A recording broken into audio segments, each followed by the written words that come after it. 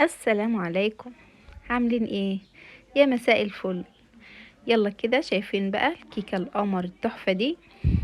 كيكه البرتقال يا جماعه. طبعا احنا في موسم البرتقال، ما ينفعش نفوت كده ان البرتقال يروح من غير ما نعمل كيكه البرتقال التحفه المريحه قمر دي. بس قبل كل حاجه كده كلنا نسمي الله ونصلي على حبيب الله كده عشان نلم حسنات حلوه ان شاء الله.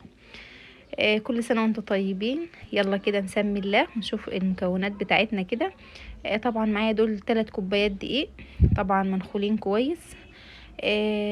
ومعايا 3 بيضات، وطبعا كل المكونات بدرجة حرارة الغرفة يا جماعة. ومعايا بشر كده برتقانة كده. ومعايا طبعا الدقيق بنحط عليه المكونات الجافة اللي هو البودر، وذرة ملح كده بسيطة خالص، ذرة بس كده بين صوابعك كده. وطبعا كيس بودر او معلقة كبيرة كده من البودر. وطبعا ورقة فانيليا. بصوا يا جماعة، هي اصلا كيكة البرتقال ريحتها جميلة، مش محتاجة فانيليا، بس احنا حاطين ورقة كده يعني ايه، يعني كده. طبعا كوباية عصير برتقال كده.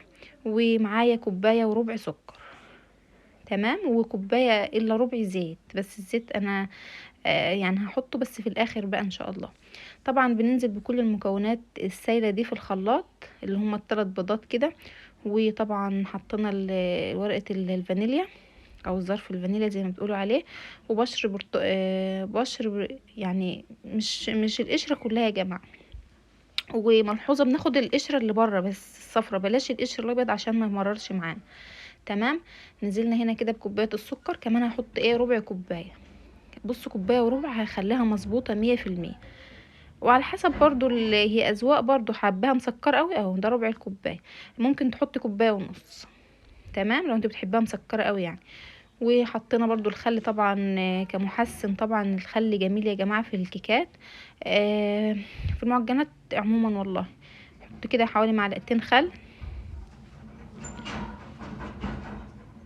انا مش عارفه، انا هنا ده الزيت اهو بوريلكوا اهو، كوبايه الا ربع كده من الزيت. طبعا الزيت يا جماعه ما يكونش زيت من بتاع التموين، يعني يفضل يعني يكون زيت فاتح كده، اي نوع بقى، مش شرط يعني يكون غالي ولا حاجه. وكوبايه العصير البرتقال بننزل بكل المكونات دي ونضربها كده في الخلاط.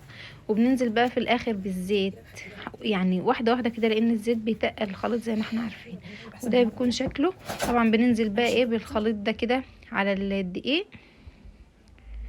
بيكون معانا صينية كده، طبعا دهنينها سمنة ومبدرينها كده بالدقيق.